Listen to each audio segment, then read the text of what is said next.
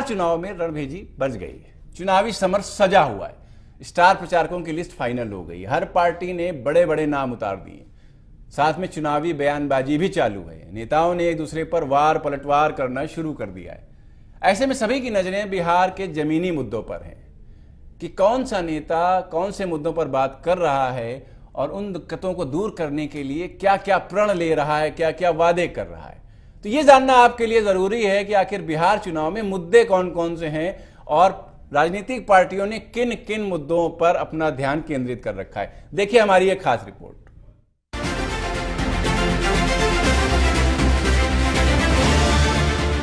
बिहार में विधानसभा चुनाव का ऐलान हो चुका है। सभी राजनीतिक दलों ने चुनाव आयोग की ओर से तय की गई तारीखों का स्वागत किया है। चुनाव प्रचार में जम गए हैं।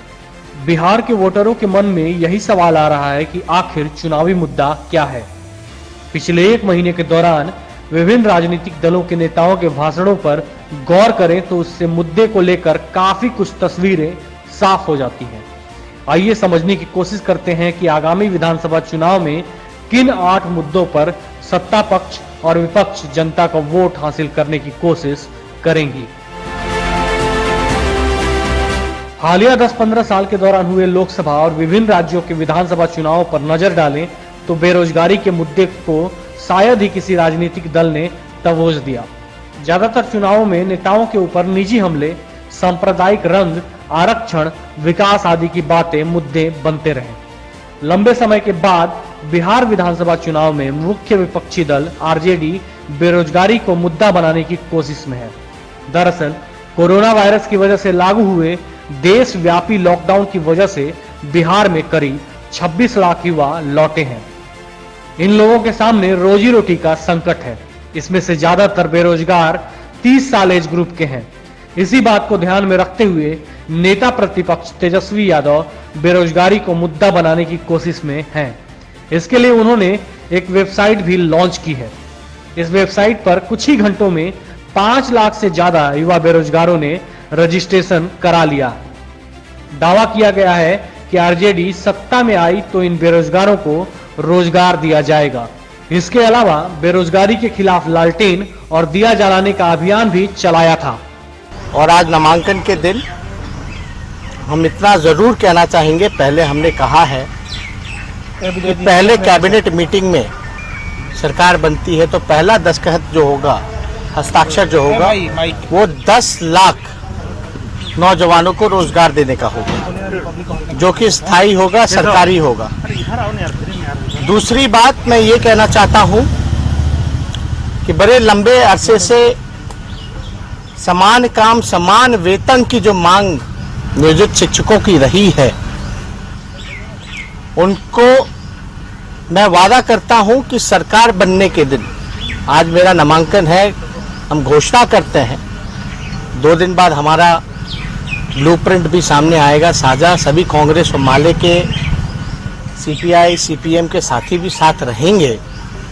लेकिन आज नामांकन है, इसलिए मैं बताना चाहूँगा कि समान काम समान वेतन को लेकर के जो नियोजित शिक्षकों की लंबे अरसे से मांग रही है, लड़ाई रही है, उसको हम लोग पूरा करेंगे। कृषि सुधार बिल। केंद्र सरकार ने संसद में कृषि सुधार बिल पास किया है। यह चुनाव का तत्कालीन मुद्दा बना है। आरजेडी नेता तेजस्वी यादव और उनके भाई तेज प्रताप यादव इसके विरोध में ट्रैक्टर पर बैठकर जन सैलाब के साथ विरोध प्रदर्शन किया है। कांग्रेस भी इस मुद्दे को जोर शोर से उठा रही है। कृषि सुधार बिल का एनडीए की सहयोगी दल शिरोमणि अकाली दल भी विरोध कर रही है। यहाँ तक कि शिरोमणि अकाली दल सरकार से अलग भी हो गई है। बिहार को विशेष राज्य का दर्जा।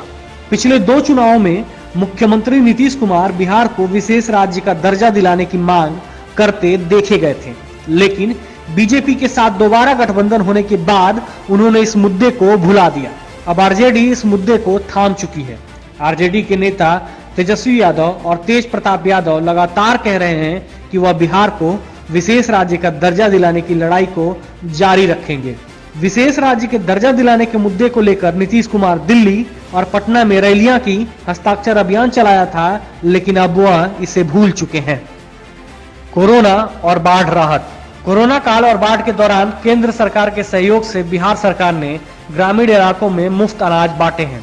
इसके अलावा नकदी भी खाते में भेजे गए हैं, जबकि विपक्षी पार्टियां आरोप लगा रही हैं कि इसमें धांधली हुई है। साथ ही आरजेडी नेता तेजस्वी यादव आरोप लगाते रहे हैं कि बाढ़ राहत के नाम पर सरकार ने कुछ नहीं किया। इतना ही नहीं, एनडीए के घटक दल एलजेपी भी कोरोना और बाढ़ राहत में कमी को लेकर नीतीश सरकार पर सवाल उठाती रही है। डबल इंजन की सरकार, एनडीए खेमा डबल इंजन की सरकार को मुद्दा बनाती दिख रही है।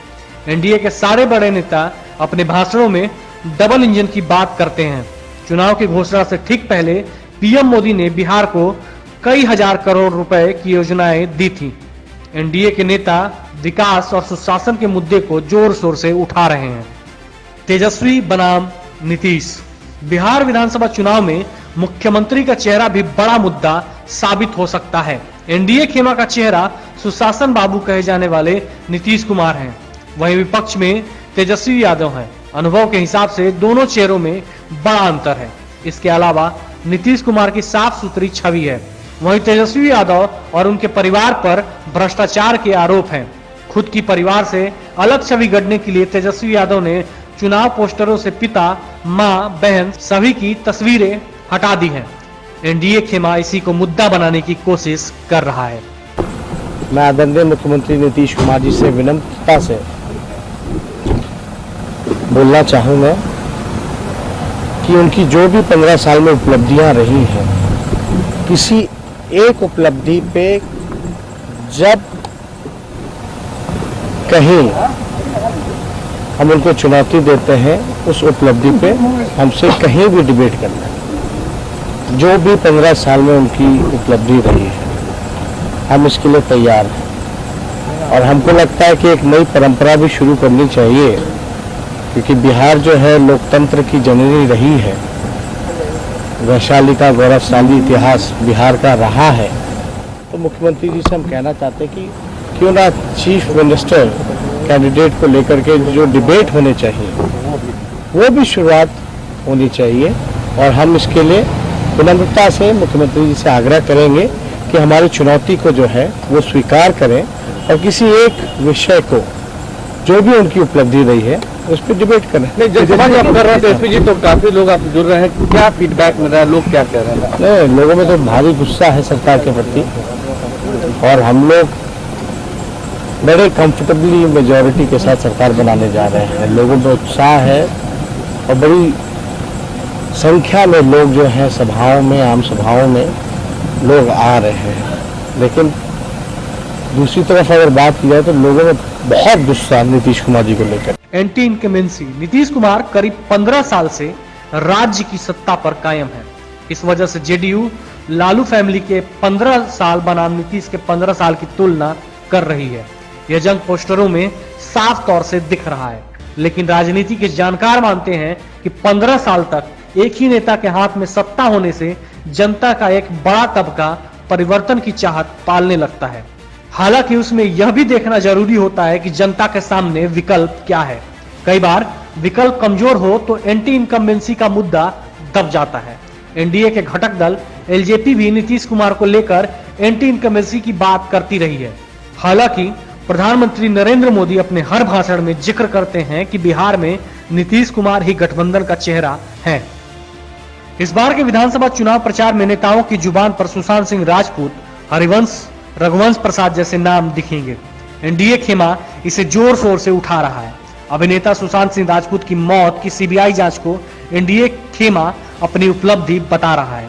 वहीं आरजेडी के वरिष्ठ नेता को लेकर तेज प्रताप यादव का एक लोटा पानी वाले बयान को भी एनडीए खेमा जोर शोर से प्रचारित कर रहा है। इसके अलावा संसद में डिप्टी चेयरमैन हरिवंश के साथ विपक्षी नेताओं की बदतमीजी को भी एनडीए जनता तक ले जा रही है। खास बात यह है कि ये तीनों चेहरे राजपूत समाज से आते हैं। इस लिहाज से भी एनडीए खेमे को यह सूट कर रहा है। पर एनडीए के लिए सुशांत सिंह राजपूत मामले को लेकर निगेटिव इंपैक्ट भी है। लोग मामले को इस्तेमाल करने का आरोप भी लगा रहे हैं। बहरहाल अब देखते बनेगा कि कौन किस मुद्दे को भुनाता है और किस मुद्दे पर मात खा जाता है। Bureau report, parliamentary business.